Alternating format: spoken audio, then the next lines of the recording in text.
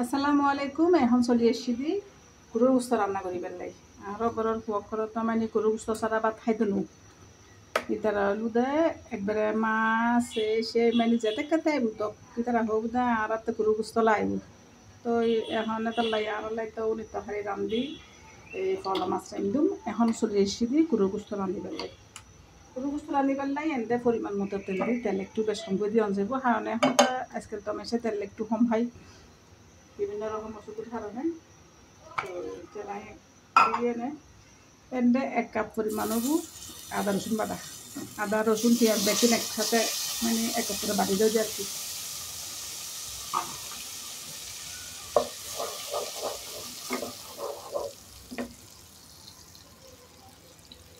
তেল দিন দে পরিমাণ মতো নুন,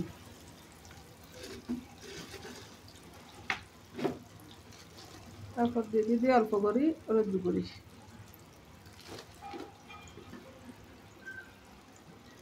দিন দে মরিচের গুঁড়ি 2 চা চামচের মতো দিয়ে আর কি। 2 চা চামচ একটু বেশি হবো, বেশি নদীর চালতে। তারপরে দিদি মশলার গুঁড়ি এনে মিক্স মশলার গুঁড়ি এই ধনিয়া চিড়ে মিটে চিড়ে বেকিং দিয়ে মানে মশলা সুরে রেখে নাই বেকিং মেজে ইউজ করি। এখন একটু নাড়ি ছাড়িয়ে কষাই লন করবো।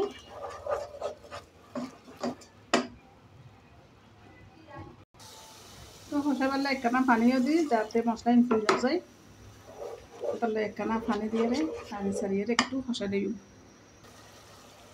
তারপরে দিয়ে দিই গরম মশলার মেজে এবার তো বড় এলাচ ছোটো এলাচ দিয়ে দেবো, এনুরিতে জয়ত্রীর ফুল একখানা করিয়ে দেয়।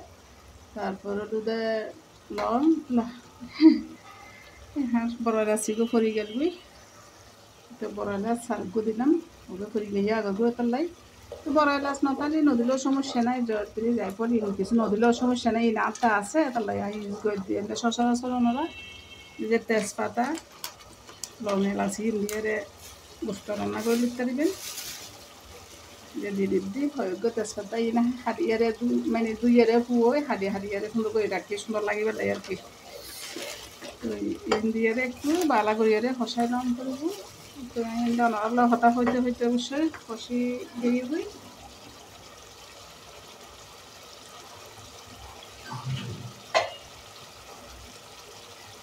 তো আমি এখন গরুর গোস্ত দিয়ে ফেলাই, গরুর গোস্ত ইন হাদি পরিষ্কার করে আগে দিয়ে দেখি এনে প্রায় 1 কেজির মতো গরুর গোস্ত দিয়ে বেকিং দিয়ে বালা করে লাড়ি সারিয়ে মিশাই লইম।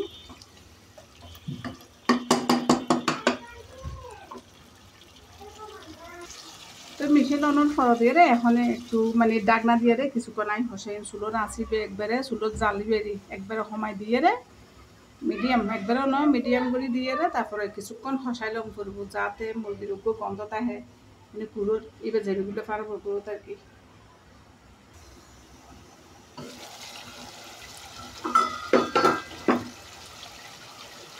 তো এই তো বোধক্ষণ ফসানোর পর দিয়ে খাইলে চুলোর আস্ত করিয়ে লেলে করিয়ে মানে মাখা করিয়ে রান্না করে দিতে দিবেন। তো অল্প করিয়ে পানি দিয়ে ফেলে জল লাগছে কিছু জল লাগছে অল্প করে বেশি দিতেন না, আধা কাপের মতো পানি দিলাম। এখন আবারও নাড়ি সারি বেকিং মিশিয়ে নিলাম মানে এখন ডাকলা দিয়ে গুড়িয়ে তারপরে রান্না অনুমান পর্যন্ত মানে অপেক্ষা করছি মানে যতক্ষণ পর্যন্ত রান্না নয়। এখন আর উল্টন করতে না এদু দিয়ে রান্না হয়েছে খুবই চুলোর আঁচ মিডিয়াম করে দিয়ে রান্না করে লইম। তো এই তো গরুর গোস্ত হয়ে গেছি আইলে কানা লোসা করিয়ে মানে রান্ধুম রান্ধি তাহলে আর খোয়াই আবার বেশি শুরু করে দিলে সদায় মই গরুর গোস্ত রাঁধনি ফরি গিয়ে সদায় আগর দিকে করে লোসা করে মানে মাখা করে নরান্ধে এই বেলুতে মানে খসাই নি আর কি।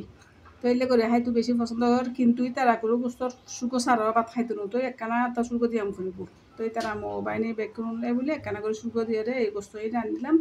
আর এই গরুর গোস্তর রেসিপি অনারাত্ম হলে লাগি অবশ্যই কমেন্ট করে জানাবেন।